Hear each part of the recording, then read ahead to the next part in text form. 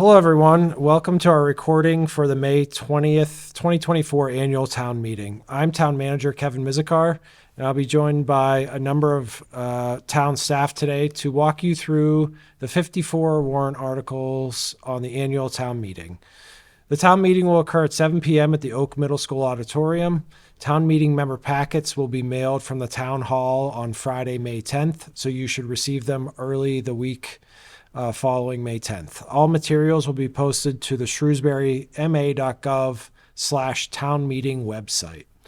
All town meeting members and members that have procedural questions are encouraged to attend the pre-town meeting, which will be held on May 16th, 2024 at 7 p.m. at the Oak Middle School. So as we've customarily done in previous years, we're going to walk through each and every warrant article that's on the warrant throughout our recording today, and town officials will provide some insights. We also encourage you to go back and watch any of the public hearings that have occurred through the Finance Committee and Planning Board process as they relate to several warrant articles on this town meeting agenda. So we're going to start at the top of the agenda with the first warrant article. Article 1 is a standing article that we put on the agenda each year so we can hear reports from town boards or committees that may not have submitted an annual town report. So I am joined here today by Alex Martinez, who will provide a little bit more detailed information with regards to that article. Thank you, Mr. Mizikar. So as you mentioned, Article 1 is an annual article for town meeting to hear reports from town boards and committees that do not submit an annual town report. At town meeting this year, we anticipate hearing from the newly formed 300th Anniversary Celebration Committee. The town of Shrewsbury will celebrate its 300th anniversary in 2027, and the committee will be at town meeting to provide an overview of the planning of the events leading up to that and how the community can get involved. Thanks, Alex. So let's keep going. Article 2, what's the premise of Article 2 and what will be accomplished if it's passed? Article 2, similar to the last article, is related to the town's 300th anniversary celebration, and this article proposes to deposit $10,000 into the 300th Centennial Celebration Fund that was established at the May 2023 annual town meeting. This will provide the committee with some seed funding to supplement anticipated donations. Great. And Article 3, just like Article 1, is a standing item that we see every year, and what happens with this article? Article 3 is a standing article to appoint the trustees of the Wright and Harlow Charitable Trust Fund.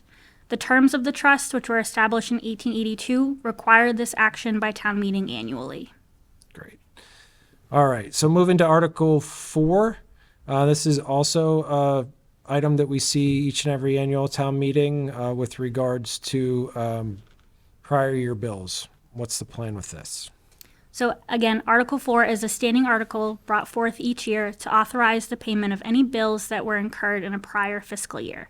So this would apply to bills that were received late into the current fiscal year, FY24, after fiscal year 23 books were already closed. And at this time, there are no bills incurred to be paid. However, we will keep an eye on this leading up to town meeting. Awesome. All right, and then finally, in this first segment, Alex, Article 5. Could you go over the details of that with us? And then I think you're going to continue on through the rest of the warrant. Article 5 is another standing article to transfer any funds within the current fiscal year. Town meeting sets spending limits through personnel accounts and operating expense accounts, and the spending limits are controlled at those two lines within every department. So if a department doesn't have enough funding, for example, to cover personnel, and they have funds in operating expenses, town meeting can authorize that transfer. We will review any necessary adjustments in the days leading up to town meeting. However, at this time, we are not anticipating any transfers to be made. Next, David Snowden, Assistant Town Manager of Administration and Finance, is going to walk us through the next few articles. Mr. Snowden, can you kick us off with Article 6? Excellent. Thank you. Thank you, Ms. Martinez. Article 6 proposes to deposit $1,273,213 into the Special Purpose Override Stabilization Fund. These funds will be reserved for future appropriation by town meeting to fund the operations of municipal and educational departments, as well as shared operating support expenses of various departments.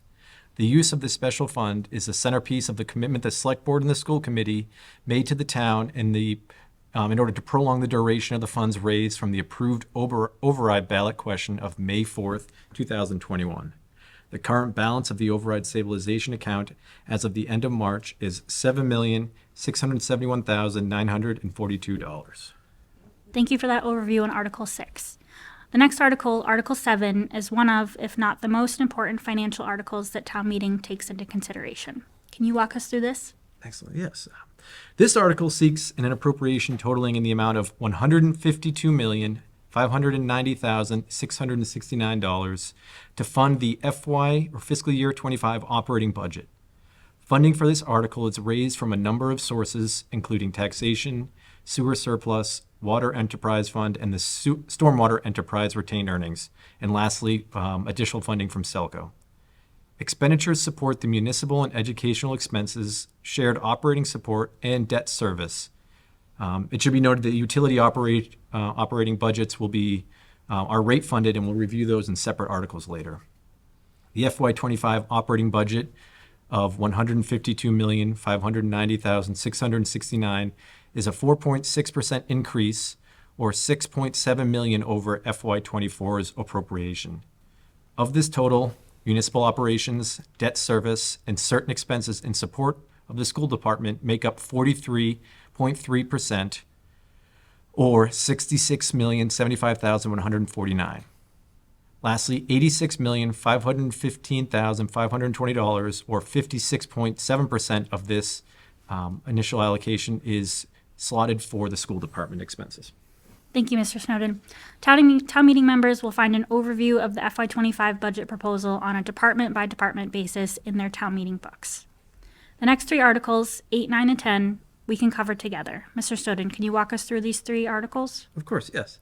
Articles 8, 9, and 10 are annually recurring items brought forth to town meeting seeking to use funds to offset operating expenses and lower the overall burden on the tax rate. Across the three articles, three separate funding sources are identified, which are Selco Cable Access TV Division funding, Selco Light Department funding, and lastly, municipally certified free cash. The funding amounts provided by Selco are identified in the franchise agreement and also include an additional pilot payment made in support of IT services expenses. We'll transition over. We'll bring up Ms. Gosha Stolarska, Solid Waste and Recycling Program Manager, to review Article 11. Welcome, Gosha. Thank you, Mr. Snowden. So, Article 11 seeks an appropriation of $3,251,288 to operate the municipal and residential solid waste and recycling enterprise.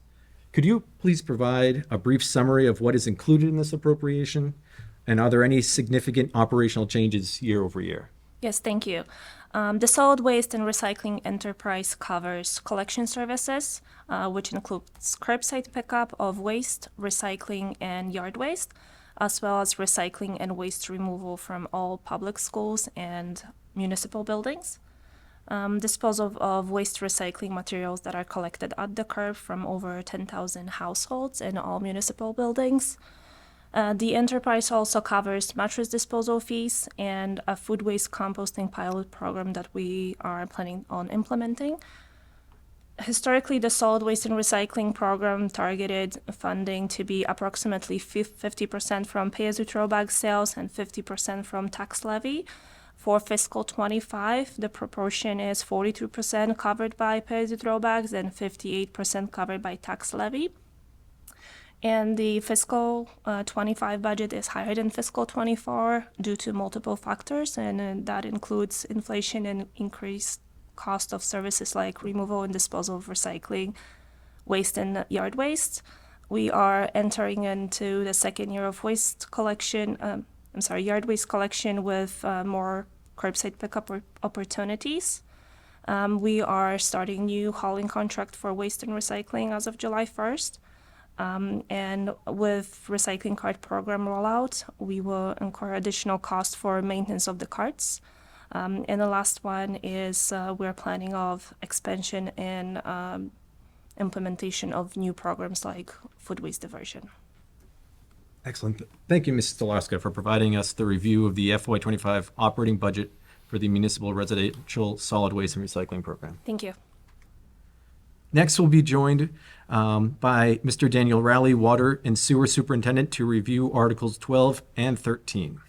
Good afternoon, Mr. Rowley. We're going to take a look at Articles 12 and 13, which seek appropriations of $7,752,773 and $3,978,735 for the sewer and water services, respectively.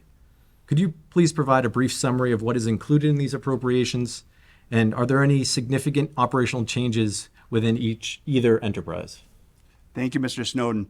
So these warrant articles seek to fund really the day-to-day operations and maintenance of the town's drinking water system and sanitary sewer system. They include things like staff, utilities, professional services such as engineering support, treatment of the town sewer at the regional Westboro treatment facility in the Upper Blackstone, as well as water treatment chemicals. There are no significant budget changes from FY24.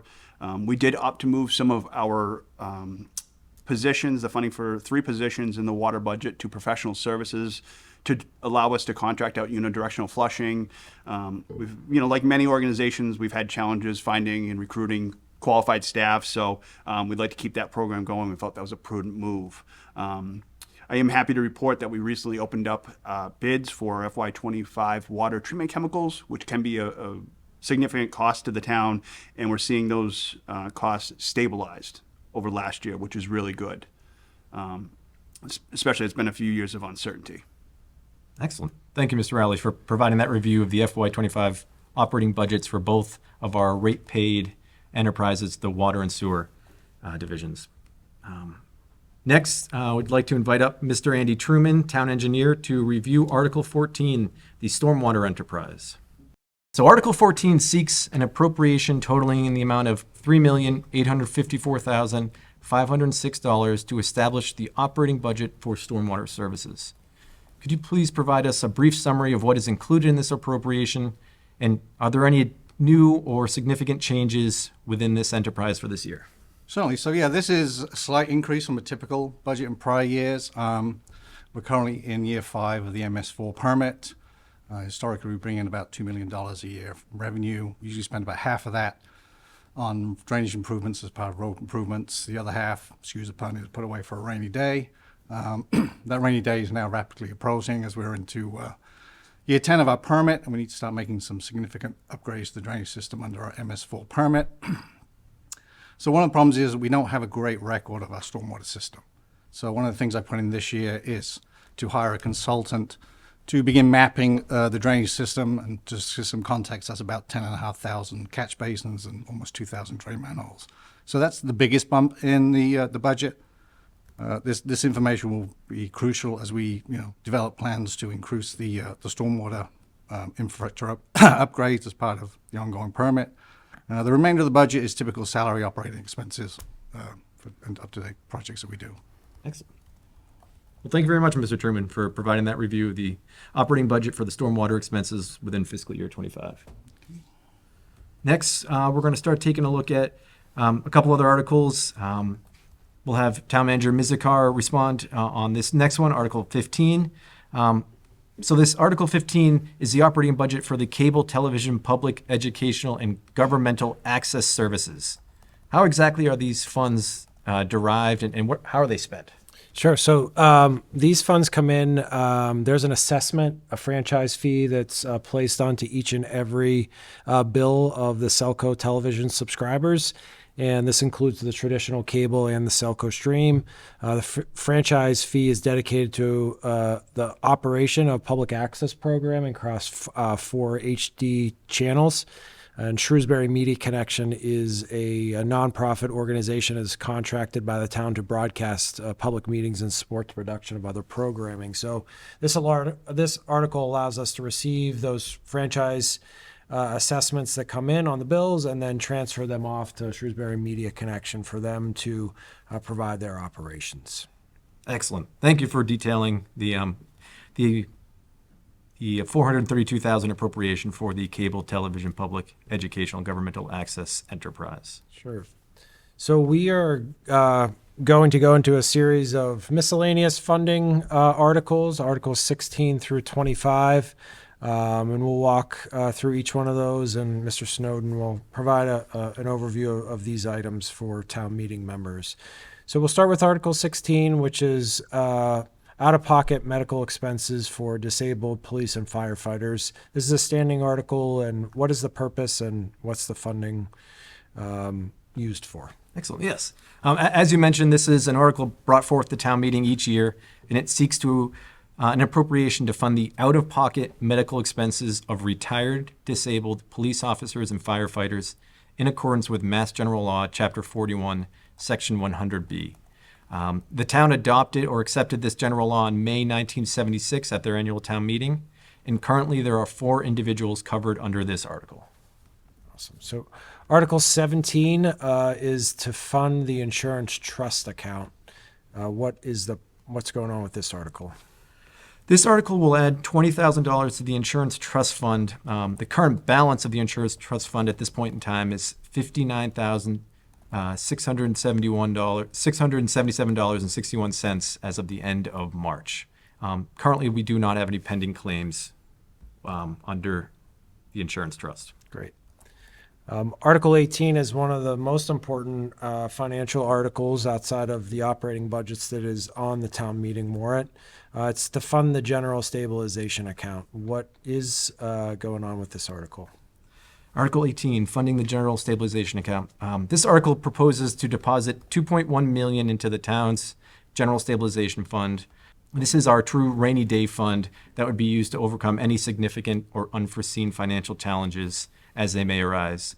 The stabilization fund is a part of the town's financial reserves. When sufficient reserves are on hand, it has a positive impact on our bond rating, which further improves our interest rates when borrowing. The Select Board has established a general stabilization policy that provides that at least 5% of the total annual operating budget for the municipal and school expenses is held in the general stabilization account. The current balance of the general stabilization fund is $5.5 million. The revised balance would be $7.6 million, which would bring us to about 4.98% of the municipal and school operating budget. And it's intended with interest by the end of the year that we will be at policy level. Great. Article 19 is funding the sewer stabilization account. How much are we funding there, and what would that bring the balance to if it is approved? Yep. This article proposes to deposit $100,000 into the sewer stabilization fund. The sewer stabilization fund currently has a balance of $1.7 million as of the end of March. And part of the 5-year financial plan adopted by the sewer commissioners was to reach the appropriate funding level by the end of FY26, in which the sewer enterprise is set to meet that goal. Great. So that takes us to Article 20, which is another recurring article, and it sets the annual spending limits for 2 particular revolving accounts. Yep. The spending limits are set on the Council of Aging Transportation Fund at $75,000 and the Donahue Rowing Center at $400,000. And these are fall under the MGL Chapter 44, Section 53E and 1/2. Great. So Article 21 proposes to accept a sum of money through Chapter 90 of the general laws, which would fund roadway improvements. This is also a standing article. What is the expected amount that we'll receive this year? The town is expected to receive $986,757 in Chapter 90 funds for FY25. And as you mentioned, these funds are allocated by the formula based on the number of road lane miles of the town has, and will be used to support those road lanes. Great. Article 22 is the transfer of funds of the sale of cemetery lots. This is another traditional article. What is the amount that will be transferred, and where do we stand with the accounts? Yep. This article will transfer $18,000 to the sale of cemetery lots account. Annually, the town meeting transfers funds from this account to offset the salary expenses associated with the operation of the cemetery. The balance in the sale of lots account is $50,352 as of the end of March, and the balance in the perpetual care trust fund at this point in time is $1.5 million. Thank you. That brings us to Article 23, which is funding for lakes, ponds, and waterways throughout the town of Shrewsbury. Yep. Article 23. This article proposes to allocate $35,000 to fund weed control or other lake improvement activities on Lake Quinsigamond. Additionally, the funds will be used for water quality studies and improvements in other lakes and ponds and waterways within the town. Great. Article 24, funding of youth and family counseling services. This article proposes to allocate $326,000 to fund counseling and educational services under the contract with Shrewsbury Youth and Family Services. Great. Article 25, this is a larger article, funds the annual capital improvement plan, the non-utility aspects of municipal operations. What is the total funding proposed for this investment? Yeah, the total funding proposed for Article 25 is $714,125 across 10 non-utility town departments. This number is a little bit lower than we may have seen in previous years. There is also a fire truck being purchased for the fire department, but will be funded from ARPA funds, which would have brought us a little bit closer to our normal $2 million in total capital expenditures. Great. So that's a good savings there of taxpayer dollars using ARPA.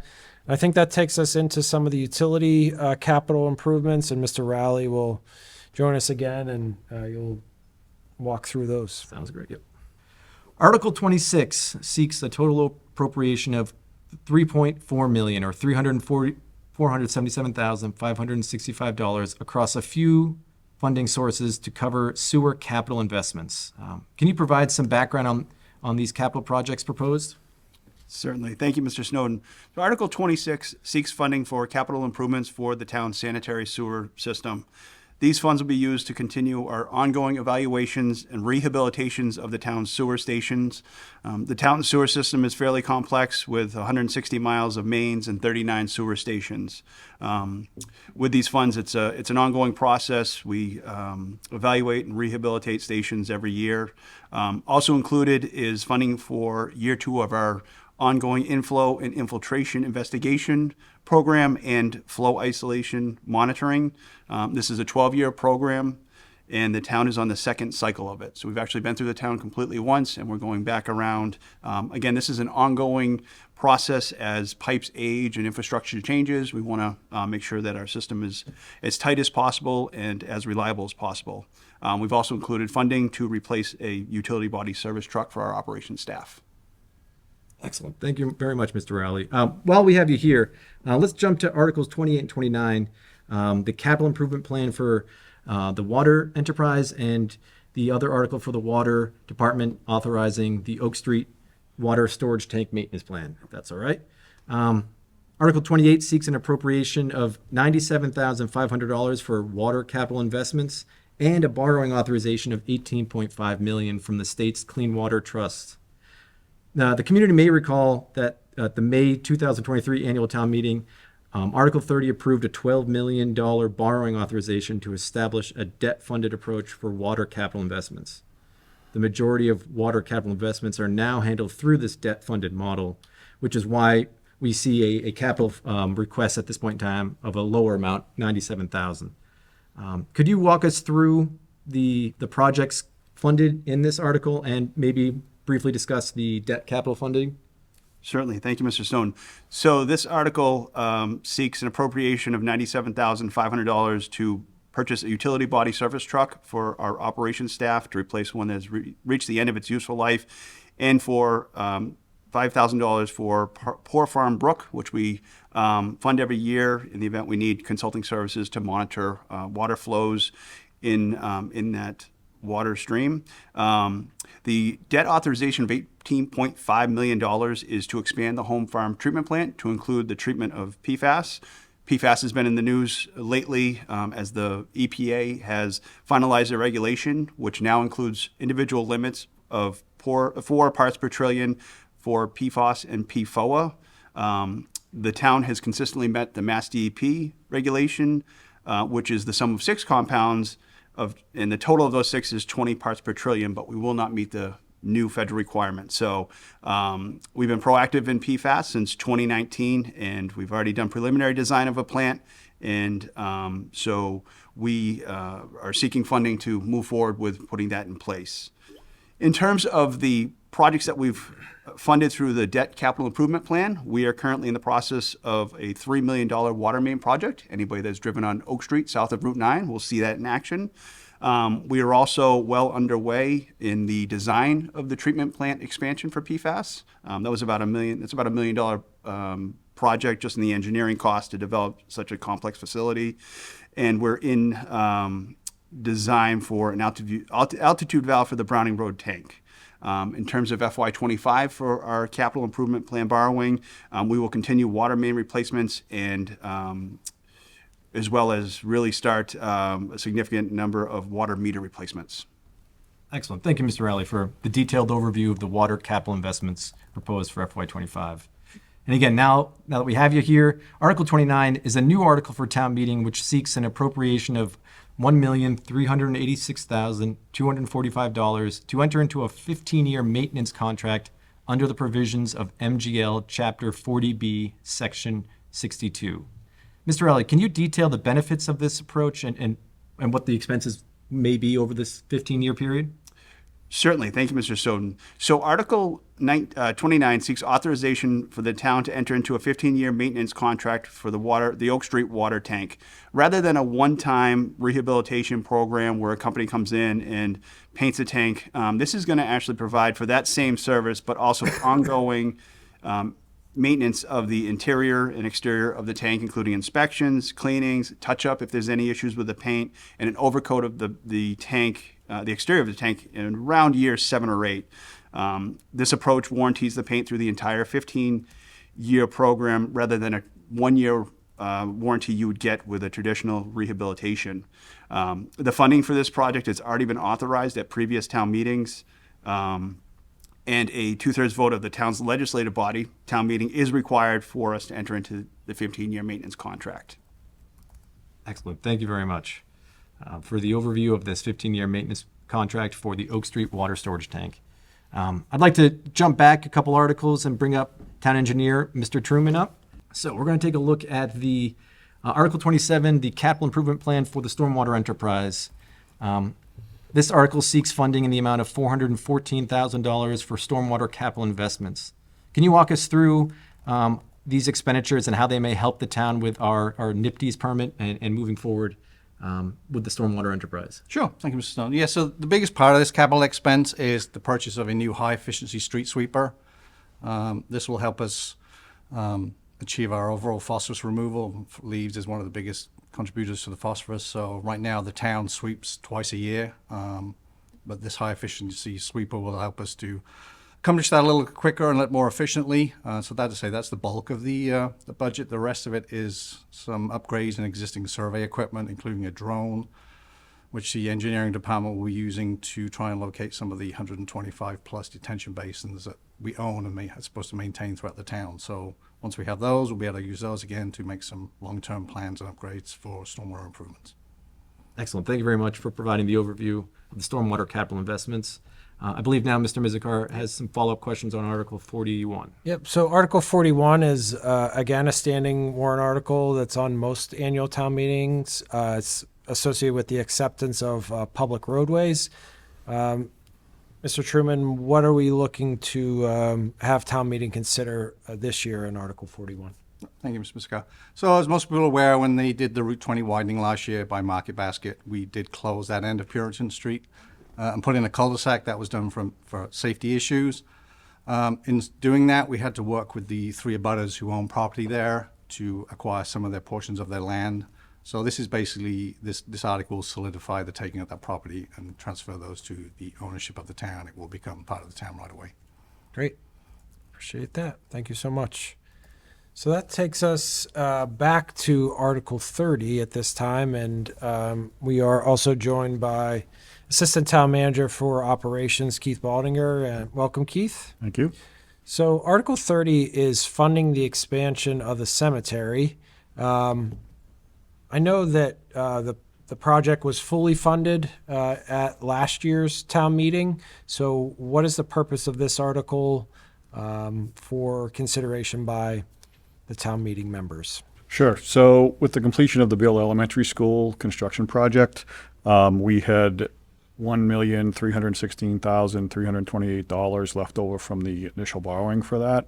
So we're using these funds in lieu of borrowing for the development of the cemetery at 65 Prospect Street.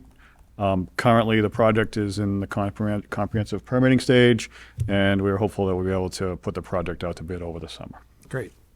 So with this article, we wouldn't have to borrow That's any correct. funds. Yep. Great, perfect. Article 31 seeks to transfer funds to the opioid special revenue fund. Can you walk us through this one? Sure. So we have received $286,140.70 as a result of a class action lawsuit that the town received money from. The money was originally put in the general fund, and now we're making a special revenue account for this fund and moving those funds out of the general fund into the opioid prevention special revenue fund. Perfect. So Article 32 is a citizen's petition that deals with a zoning bylaw adjustment. What specific changes are proposed by these petitioners? Sure. So this article was brought forth by citizens petition to reverse a zoning change that was made at the 2020 annual town meeting. This article is asking town meeting to change an area of town in the northwest corner of the community from limited industrial district to commercial business district zoning, which is what it originally was previous to 2020. The area is in the vicinity of Clinton and Holden Street and includes the Worcester Sand and Stone operation. So next we'll bring Director of Planning and Economic Development, Christopher McColdrick, up here to talk about Articles 33 through 39. Thanks for joining us, Chris. So we'll start off with Article 33, the CPA funding transfers and reserves. Can you tell us a little bit about that? Yeah, so Article 33 is the FY25 allocations. This is a article that related to the Community Preservation Act that allocates funding to the accounts from the revenues. It's consistent with previous years, the formula that is recommended to maximize the flexibility of the committee to fund projects that come before them and town meeting to vote on those. The revenues projected this year total $1,027,447, and the FY25 allocations follow that formula. 5% being for committee administrative expenses, 10% going to the Historic Resources Reserve, 10% to the Community Housing Reserve, 10% to the Open Space and Recreation Reserve, and the remaining 65% to the budgeted reserve. Great, thanks for that. So the next we'll go through 6 of Community Preservation Act funded projects. The first project is for affordable housing. As a value, it's for a feasibility study for housing at 11 Elizabeth Street. Can you walk us through that a little bit? Yeah, so this article this project is a proposal requesting an appropriation of $7,000 from the Community Housing Reserve account for that feasibility study to generate additional affordable housing units on the Elizabeth Gardens property. We'll be asking town meeting to recommend defeat of this article as the funding has been secured through the Affordable Housing Trust and is no longer needed through the Community Preservation Committee. Okay, great, thank you. So Article 35, it is Open Space and Recreation Project titled Permanent Story Walk at the Lake Street Park. Can you walk us through that? Yeah, so the Lake Street Park Story Walk project is requesting an amount of $13,450 to make permanent the Lake Street Park Story Walk. This is presented by the Shrewsbury Library and with a co-applicant of the Department of Public Works, and it's to showcase the stories along the Lake Street Park pathway in order to showcase stories of the month. Okay, great. Next is Article 36.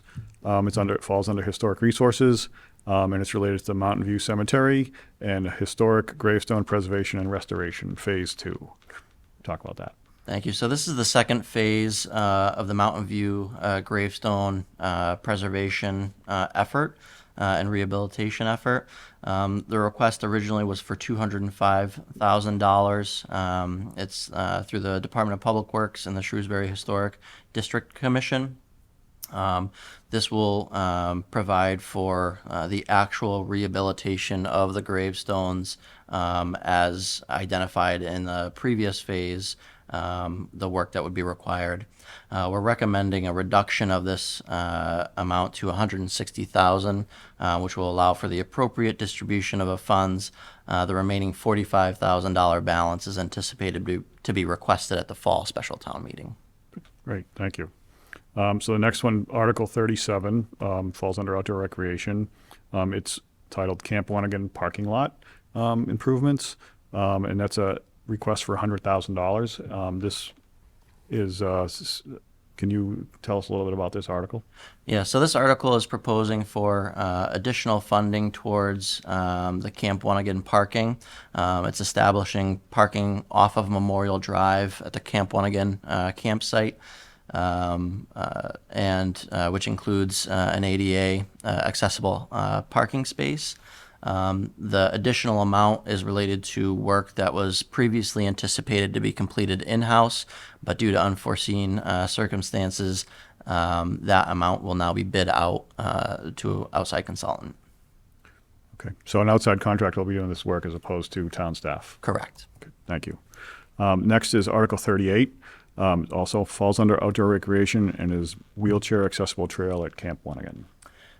So this is a proposal for $4,157. It's proposed by the Shrewsbury Trails Committee in coordination with the Shrewsbury Parks and Cemeteries.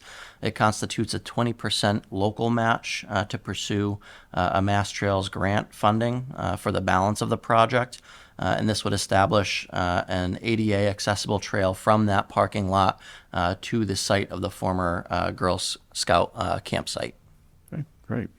And then lastly, for CPA projects, Article 39, also under historic resources, the District 5 Schoolhouse ADA feasibility phase 2. Correct. So this is the phase 2 of that ADA study that was conducted.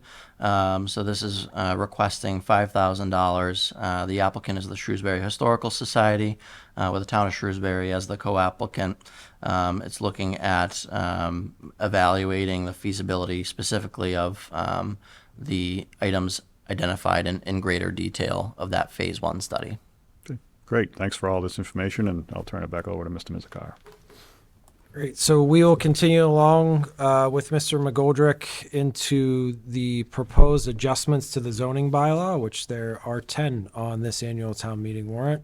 Takes us to Article 42, which is dealing with digital signage throughout the community. Mr. McGoldrick, what changes are we proposing here to the zoning bylaw? Thank you. So the digital signage bylaw that we're proposing is expanding the existing digital signage provisions currently in the town center to the town-wide across the community. Under the current zoning, digital signage is only permitted in that town center district except for specific cases where zoning protections apply. The proposed language includes specific design standards and also requires a special permit through the planning board. It's important to note that this would not be permitted in single-family areas, single-family residential areas. It would primarily be looking at commercial areas and multifamily residential or higher, other areas like that. Great. Article 43 is making amendments to the indoor or outdoor farmers markets contained within our zoning bylaw. What are the details here? Thank you. Article 43 is the update to the farmers market definition. What we've found is that the definition as currently written is not as flexible with providing for a variety of vendors at the site. What this will adjust that ratio to is to a simple majority of produce vendors over craft vendors, allowing for additional flexibility for people to engage in that farmers market, which has been fairly successful. Great. So Article 44, my apologies, has probably been one of the most discussed warrant articles outside of financial articles and the budget itself throughout really the last, I don't even know, 14 to 16 months. It's dealing with the town's compliance with a state law known as MBTA Communities Law. So, Chris, can you talk about the overview of the MBTA communities and maybe refer folks back to the website if they're looking for more information? Yeah, so the proposal for this article is creating a new overlay zoning district to meet compliance with that state mandate, which is the MGL 40A Section 3A, also known as the multifamily zoning requirement for MBTA communities. The proposed zoning that we've developed takes a transit-oriented development approach, specifically looking at transportation infrastructure and multimodal opportunities, as well as redevelopment focus, looking to achieve compliance while encouraging traditional mixed-use development and expanding upon our existing local design guidelines, which have generated successful mixed-use projects locally. It's primarily generated towards middle housing, which is row house, townhouse, and up to some of the low-rise developments. We do have a by right cap of 3 stories. So the approach that we've taken has been primarily to limit the density that is possible under this zoning by right and to meet the compliance guidelines. Great. So with all the discussion regarding this article and the information that's available and the ability to go through a pre-adoption process at the state, folks may have seen that the select board has indicated that they are not recommending the adoption of this at the annual town meeting. We certainly will be bringing this back if it doesn't pass a town meeting in the fall for compliance, because we have to be in compliance by the end of the calendar year. So I appreciate the overview of that very complicated and detailed article. That brings us to Article 45, which is dealing with a new overlay district within the zoning bylaw for senior housing. So the senior housing is proposed as an overlay for residential districts, looking at residential lots of 5 acres or greater. What it primarily does is takes zoning provisions for over 55 senior housing development, currently kind of scattered throughout the zoning bylaw, and it organizes them into a single, more comprehensive section in the zoning bylaw and provides some additional standards which those projects, if proposed, would have to comply with. So we're going to group the next 4 articles together. The deal with microbreweries, nanobreweries, brew pubs, etc., collectively known as the beer articles, I guess, for a town meeting. So Articles 46, 47, 48, 9, and 49 are all very similar. Chris, can you provide an overview of what is being proposed through these articles? Yeah, so Article 46 adds a new definition to the bylaw, or proposes to add a new definition to the bylaw to allow for what's called a brew pub use. People familiar with tap rooms or some of the establishments that are more restaurant in nature would be familiar with the definition of this. It does cap the ciders, ales, or beer produced on site that can be sold off-site to 25%. So there may be some small amount, but this is primarily a very small-scale restaurant nature use more than it is kind of beer production.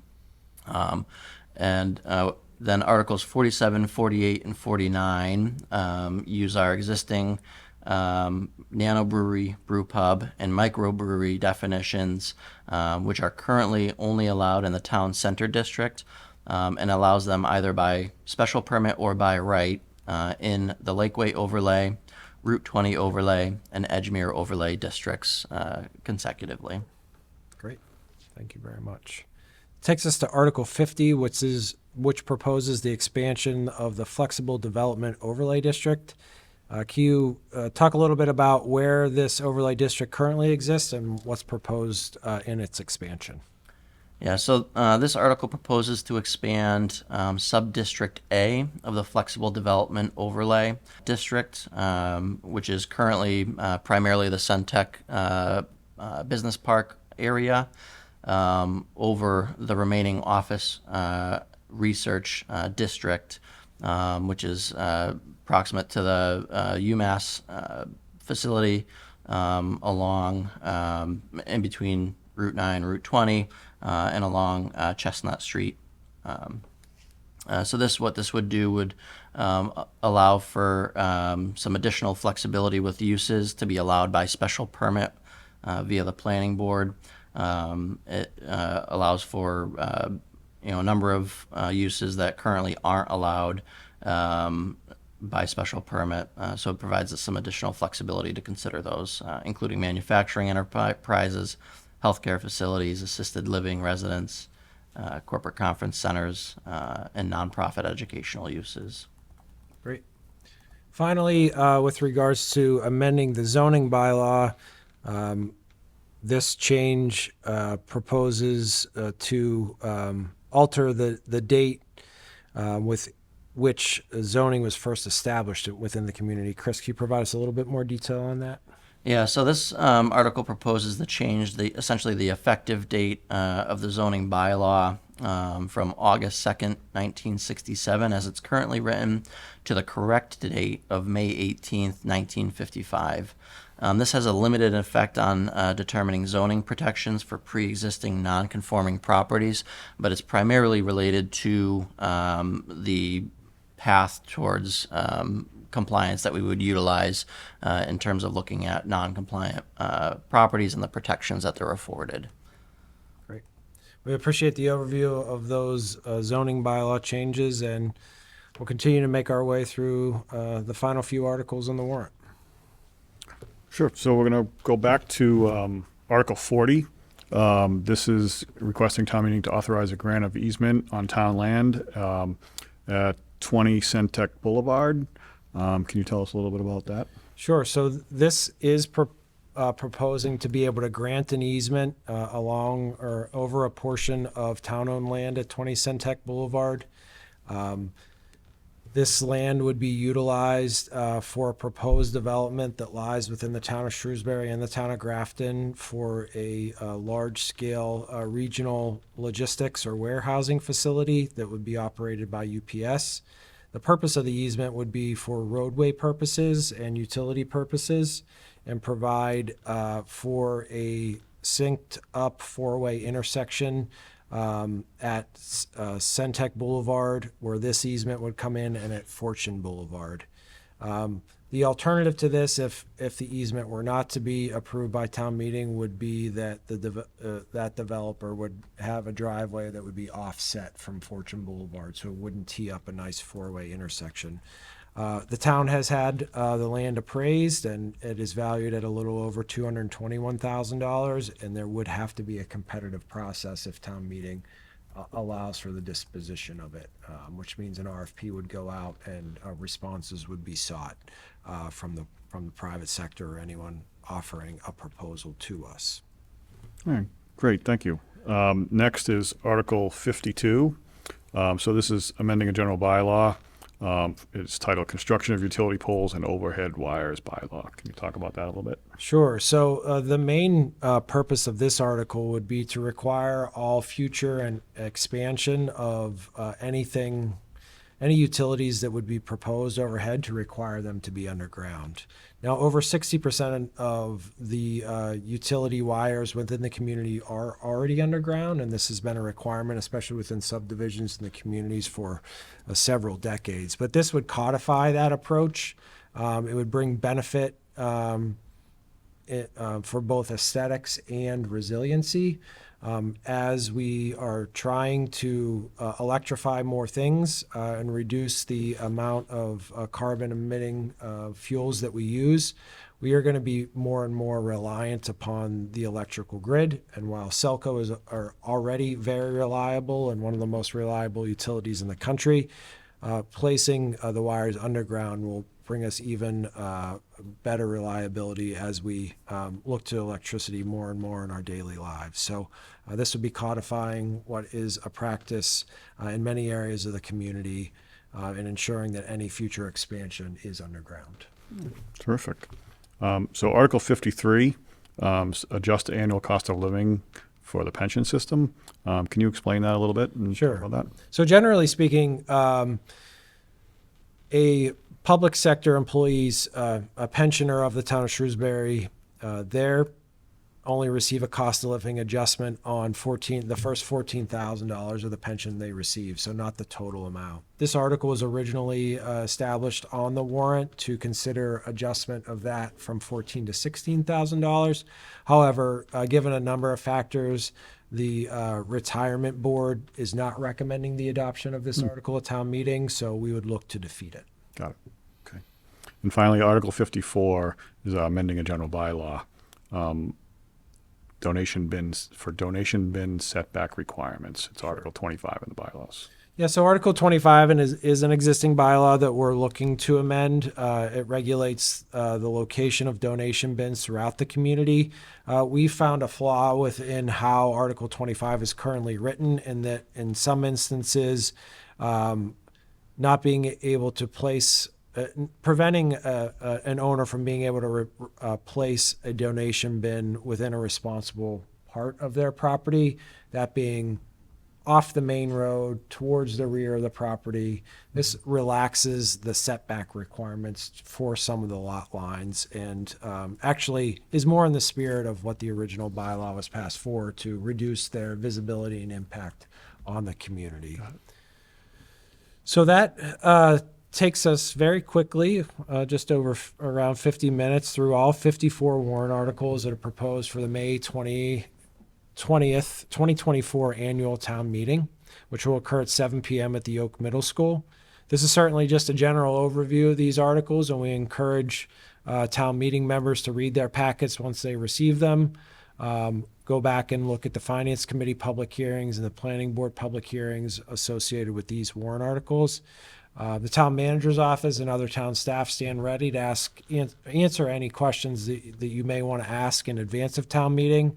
And we certainly encourage you to attend a pre-town meeting, which will occur the evening of Thursday, May 16th at 7 p.m. at the Oak Middle School Auditorium. So we appreciate you taking the opportunity to learn a little bit more about the annual town meeting and what is on the warrant, and we look forward to seeing you there.